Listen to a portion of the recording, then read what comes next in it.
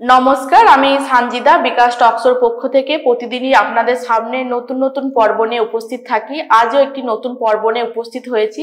আমাদের মধ্যে পেয়ে গেছি আমাদের বিশিষ্ট অতিথি মাননীয় সানন্দা মণ্ডল মহাশয়াকে। আজকে প্রথমে আমাদের বিকাশ টকশো যে দর্শকবৃন্দ আছেন তাদের সঙ্গে ফার্স্ট ম্যাডামের পরিচয়টা একটু করে দেবো। ম্যাডাম, আমি বিকাশ টক্সের পক্ষ থেকে সঞ্জিদা খাতুন, আপনি একটু পরিচয়টা দেবেন। নমস্কার, আমি সানন্দা মণ্ডল। আমি গোবিন্দপুর শেফালি মেমোরিয়াল নার্সিং ইনস্টিটিউটের ভারপ্রাপ্ত অধ্যাপিকা। ধন্যবাদ ম্যাডামকে। ম্যাডাম ফার্স্টেই ওনার পরিচয়টা দিলেন। আমি প্রথম যে কোয়েশ্চেনটা ম্যাডামকে করবো, ম্যাডাম আজকে এই আলোচনা সভায় এসে আমাদের যে টকশোতে এসেছেন, আপনার ব্যক্তিগত অভিজ্ঞতা যদি একটু শেয়ার করেন।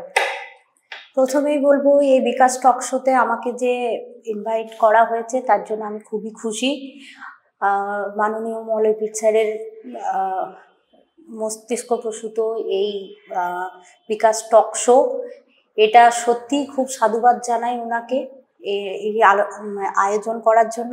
আর সঞ্জিদা ম্যাডাম এত সুন্দরভাবে এটা তৈরি করেছেন এই জায়গাটা, তার জন্য ম্যাডামকে অনেক ধন্যবাদ জানাই।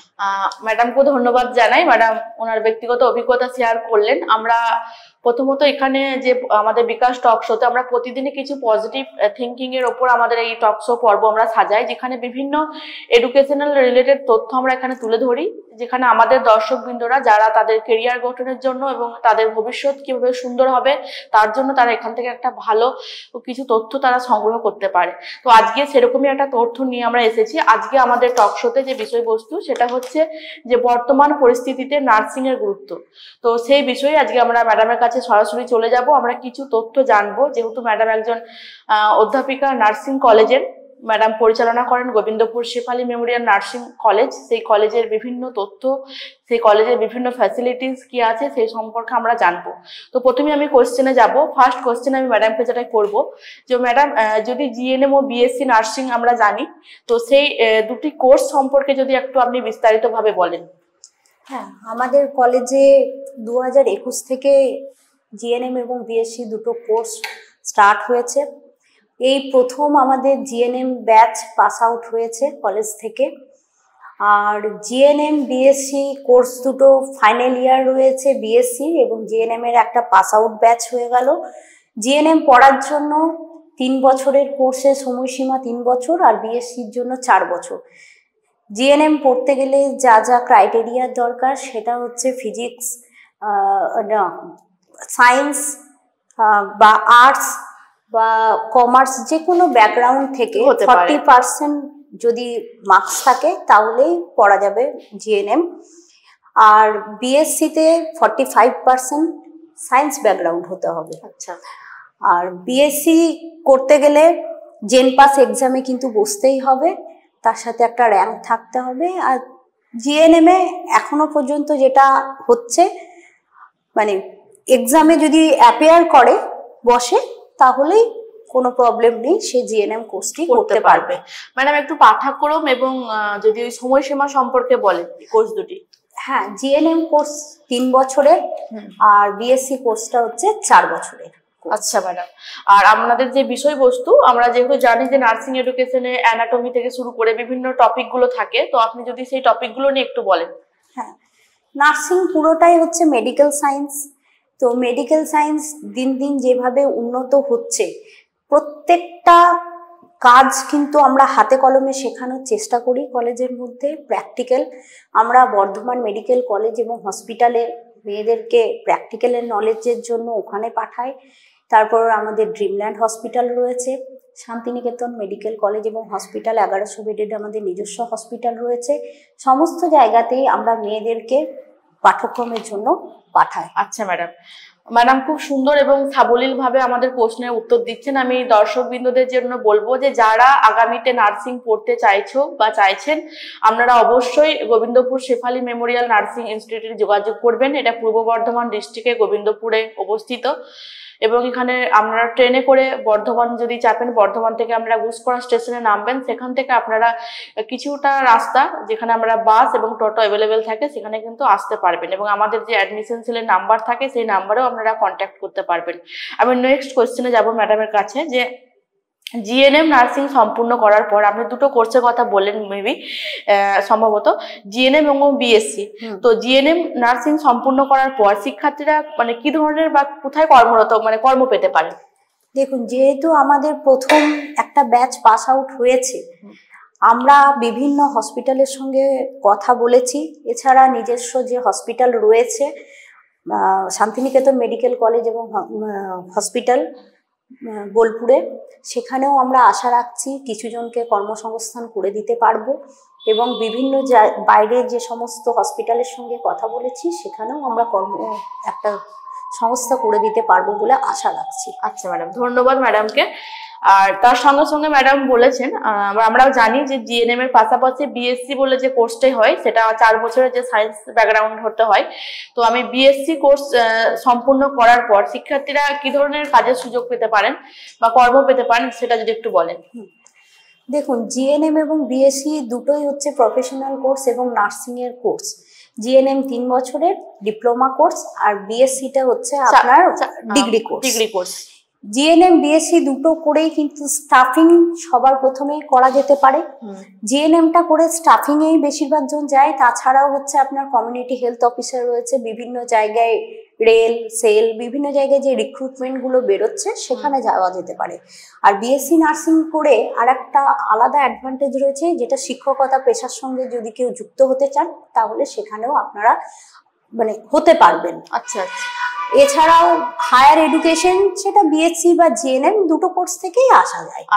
হ্যাঁ, ধন্যবাদ ম্যাডামকে। ম্যাডাম খুব সুন্দর এবং সাবলীল ভাবে প্রশ্নের উত্তরগুলো দিচ্ছেন এবং যারা চাইছেন যে বিএসসি নার্সিং করবেন সেক্ষেত্রে আপনারা বিভিন্ন সরকারি বেসরকারি হসপিটালে যে নার্স কাজ সেটাও আপনারা করতে পারবেন। তার পাশাপাশি আপনারা যে কোনো কলেজে আপনারা পড়ানোর যে সুযোগ টিচিং প্রফেশনেও যেতে পারবেন। ম্যাডাম এটাই বলতে চাইলেন। আপনারা অবশ্যই আপনাদের সিদ্ধান্ত জানাবেন এবং আপনারা অবশ্যই গোবিন্দপুর শেফালি মেমোরিয়াল নার্সিং ইনস্টিটিউটে যোগাযোগ করবেন। প্রত্যেকে আমরা স্বাগত জানাবো। আমাদের নেক্সট কোশ্চেনে যাব যে শিক্ষার্থীদের হোস্টেলের সুযোগ সুবিধা। আমরা জানি যে জিএনএম বা বিএসসি পড়তে গেলে যেহেতু অনেক জায়গা থেকে বিভিন্ন ডিস্ট্রিক্ট থেকে স্টুডেন্টরা আগত হয়, তো তাদের ক্ষেত্রে একটা আবাসিক ব্যবস্থা রাখতে হয়। তো সেক্ষেত্রে ম্যাডামের কাছে যাব। ম্যাডামের college Gobindapur Shefali Memorial nursing institute, এই কলেজে আবাসিক ছাত্রীদের জন্য কি ফ্যাসিলিটিস আছে? হ্যাঁ, আবাসিক ছাত্রীদের বলতে জিএনএম বা বিএসসি মেডিকেল প্রফেশনে পড়তে গেলে বেশিরভাগ স্টুডেন্টকেই হোস্টেলেই থাকতে হয়। সেই সুযোগ সুবিধা আমরাও দিয়ে রাখি। আমাদের এখানে দেখুন যে ব্রেকফাস্ট, লাঞ্চ, ডিনার এই সমস্ত কিছু রয়েছে, যতটা ভালোভাবে দেওয়া সম্ভব আমাদের পক্ষে আমরা দিয়ে থাকি এবং স্টুডেন্টদের যদি কোনো রকম কোনো অসুবিধা হয় সঙ্গে সঙ্গে সেই প্রবলেম সলভ করার চেষ্টা করি। এছাড়াও আমাদের যে ওয়ার্ডেনরা রয়েছেন ওনারাও খুবই সহযোগিতা করেন। শিক্ষিকারা যিনারা হোস্টেলের সুবিধা নেন তারাও রয়েছেন। যে কোনো সময় যে কোনো অসুবিধা হয়, সে পড়াশুনোর বিষয়ে হোক বা অন্য কোনো পার্সোনাল কোনো প্রবলেম হোক, যখনই আসেন আমরা প্রবলেম সলভ করার চেষ্টা করি। আর আমাদের হোস্টেল ওয়াইফাই আছে, 24 আওয়ার্স আমাদের ওয়াইফাই সুযোগ সুবিধা রয়েছে। তাছাড়া নিজস্ব ভেহিকলসে করে আমরা যদি ফিজিক্যাল কারো কোনো প্রবলেম হয়ে থাকে যে কোনো সময়, সেটা রাত হোক বা দিন হোক, আমরা কিন্তু দিয়ে থাকি। আর হসপিটালও নিয়ে যাই। এছাড়া আউটিং এর সুযোগ সুবিধা রয়েছে, সেখানেও আমাদের টিচাররাও যান আর ওয়ার্ডেনরাও যান তাদেরকে গাইড করার জন্য। সব সময় আমরা একটা গাইডেন্সের মধ্যে রাখার চেষ্টা করেন। আর স্টুডেন্ট টিচারের রিলেশনশিপটা শুধুমাত্র টিচার যে স্টুডেন্টকে পড়াবে সেটা তো নয়, একদম ফ্রেন্ডলি একটা ফ্রেন্ড ফিলোসফার একটা টিচারের যা যা গুণ হওয়া উচিত সেই রকম ভাবেই থাকার চেষ্টা করি আমরা। ধন্যবাদ ম্যাডামকে। ম্যাডাম খুব সাবলীল ভাবে আমাদের প্রশ্নের উত্তর দিচ্ছেন। আমি একটু পরেই ম্যাডামকে কোশ্চেন করতাম, তার আগেই ম্যাডাম খুব সুন্দরভাবে বললেন যে আমাদের যে Gobindapur Shefali Memorial nursing institute, সেখানে শিক্ষিকা এবং শিক্ষার্থীদের মধ্যে একটা ভালো একটা সম্পর্ক আছে, যেটা হওয়া দরকার। একজন শিক্ষিকার সঙ্গে একজন ছাত্রীর সেই সম্পর্ক কিন্তু ওনারা বজায় রেখে ওনাদের কলেজটা ওনারা পরিচালনা করছেন। আমি নেক্সট কোশ্চেনে যাব ম্যাডামের কাছে যে ম্যাডাম পশ্চিমবঙ্গের কোন কোন অঞ্চল থেকে, আমরা জানি যে সব জায়গা থেকে স্টুডেন্ট আসে, তো কোন কোন অঞ্চল থেকে আমাদের শিক্ষার্থীরা এখানে বেশি প্রশিক্ষণ নিতে আসে? সর্বপ্রথম যেটা মালদা, মুর্শিদাবাদ আর নর্থ বেঙ্গল, এই জায়গাগুলো থেকে কিন্তু আমাদের প্রচুর সংখ্যক স্টুডেন্ট রয়েছে আপাতত। এছাড়াও যে যে জায়গাগুলো থেকে আমাদের লোকাল থেকে তো আসেই স্টুডেন্টরা, কিন্তু বেশিরভাগ স্টুডেন্ট যদি বলে থাকি এই মুহূর্তে দাঁড়িয়ে, মানে প্রিভিয়াস স্টুডেন্ট যেগুলো, সেগুলো মালদা মুর্শিদাবাদেরই বেশি। আচ্ছা ম্যাডাম, তো আপনারা বিভিন্ন ডিস্ট্রিক্ট থেকে আমাদের এই বিকাশ টকশোর প্রোগ্রামটি দেখছেন। এটা একটা নার্সিং রিলেটেড প্রোগ্রাম, যেখানে নার্সিং শিক্ষার বর্তমান পরিপ্রেক্ষিত কি এবং কিভাবে একজন নার্সিং স্টুডেন্ট সে ভবিষ্যতে এগিয়ে যেতে পারবে, সে কি কি কর্ম পেতে পারবে, সেই বিষয়ে কম্প্যাক্ট একটা তথ্য দেওয়ার আমরা চেষ্টা করছি। অবশ্যই আপনারা কমেন্ট করবেন এবং জানাবেন আপনাদের মতামত। আমরা নেক্সট আরো যে পর্বগুলো নিয়ে আসবো সেখানে আমরা চেষ্টা করব আরো কিছু অ্যাড অন করার জন্য। তো আমি আবারও একবার ধন্যবাদ জানাই বিকাশ টকশোর যে সমস্ত দর্শকবৃন্দ আজকে আমাদের এই প্রোগ্রামটি দেখছেন। আমাদের সঙ্গে আলোচনায় আছেন বিশিষ্ট অধ্যাপিকা মাননীয় সানন্দা মণ্ডল মহাশয়াকে। আজকে আমরা পেয়েছি, আরো কিছু কথা আমরা শুনে নেব ম্যাডামের কাছ থেকে। আমি ম্যাডামকে নেক্সট কোয়েশ্চেন যেটা করব সেটা হচ্ছে 2025-এর নতুন শিক্ষাবর্ষে শিক্ষার্থীদের সুবিধার জন্য আপনারা নতুন কিছু অ্যাড অন করছেন, কি কি অ্যাড অন করতে চলেছেন? দেখুন, যখন থেকে আমাদের কলেজ স্টার্ট হয়েছে, আমাদের কলেজে যিনি প্রতিষ্ঠাতা মাননীয় মলয়পীঠ মহাশয়, উনি একটা স্পেশাল শিক্ষার ব্যবস্থা করেছেন, যেটা হচ্ছে মেটাভার্স। মেটাভার্সের মাধ্যমে আমার জানা নেই এইখানে এই অঞ্চলে যত ইনস্টিটিউট, প্রচুর এখন নতুন নতুন নার্সিং ইনস্টিটিউট গড়ে উঠেছে, কিন্তু সব জায়গাতে যে এইভাবে শিক্ষাটা দেওয়া হয় সেটা কিন্তু আমরা বলতে পারবো না। কারণ আমি অনেক জায়গার সঙ্গে কথা বলেও দেখেছি বা অনেক জায়গায় ভিজিট করেও দেখেছি যে কোথাও এই মেটাভার্সটা একদমই নতুন একটা প্রযুক্তি, যেটা শুধুমাত্র আমাদের কলেজে স্টুডেন্টসরাই একমাত্র পেয়ে থাকে। তো এইটা আমাদের এই ইনস্টিটিউটে যদি কোনো স্টুডেন্ট আসে তাহলে এইটা একটা নতুন শিক্ষা পাবে, যার মাধ্যমে নতুন টেকনোলজির সঙ্গে তারা যুক্ত হতে পারবে এবং সামনে এগিয়ে চলার পথে তাদের অনেকটাই পথটা সুদৃঢ় হবে। তো এগুলো তো রয়েইছে। এছাড়াও আমরা আরো অনেক হসপিটাল, যেখানে প্রচুর পেশেন্টের এক্সপোজার পাবে মেয়েরা, সেই ব্যবস্থা করছি। পুরুলিয়া মেন্টাল হসপিটালেও নিয়ে যায় মেয়েদেরকে। আর নতুন শিক্ষাবর্ষে বলতে নার্সিং এ যা যা ক্যারিকুলাম গুলো আছে, ক্যারিকুলাম গুলো তো আমরা করিয়েই থাকি। এছাড়াও নতুন যদি কিছু আসছে সেগুলোও আমরা করিয়ে, বিভিন্ন রকম সেমিনার, বিভিন্ন রকম ক্যাম্প, এই যে কমিউনিটি নার্সিং এর ক্ষেত্রে বিভিন্ন জায়গায় নিয়ে যাওয়া, সেখানে এক্সপোজার দেওয়া, পেশেন্টের এক্সপোজার, সেগুলো আমরা দিয়ে থাকি। ধন্যবাদ ম্যাডামকে। সানন্দা ম্যাডাম খুব সুন্দর এবং সাবলীলভাবে বিভিন্ন তথ্য এবং ইনফরমেশন শেয়ার করলেন, যেগুলো একজন ভবিষ্যৎ যে নার্সিং পড়ুয়া তার ক্ষেত্রে কিন্তু অনেকটা কাজে লাগবে। আপনারা চাইবেন পিতামাতা যে বেটার একটা জায়গাতে আপনার সন্তান সেখানে পড়াশোনা করুক। সেই জন্য আমি বলবো আমাদের এই টকশোর পক্ষ থেকে যে সমস্ত তথ্য আমরা ম্যাডামের কাছে জানতে পারলাম, তাতে একজন আদর্শ অধ্যাপিকা, উনি খুব সুন্দরভাবে ম্যাডাম ওনার কলেজটাকে পরিচালনা করছেন ওনার সমস্ত সহকর্মীদেরকে নিয়ে। তার সঙ্গে সঙ্গে ম্যাডাম যে ফ্যাসিলিটিসের কথা বললেন, যেখানে যথেষ্ট ভালো একটা ঘরোয়া পরিবেশ দেওয়ার চেষ্টা করা হয় ছাত্রীদেরকে। তারা যেহেতু বাড়ি থেকে আসে, একটা বাইরের পরিবেশ থেকে এসে একটা জায়গাতে মিশে যাওয়ার মতো মানসিকতা পরিবেশ সেখানে তৈরি করা হয়েছে।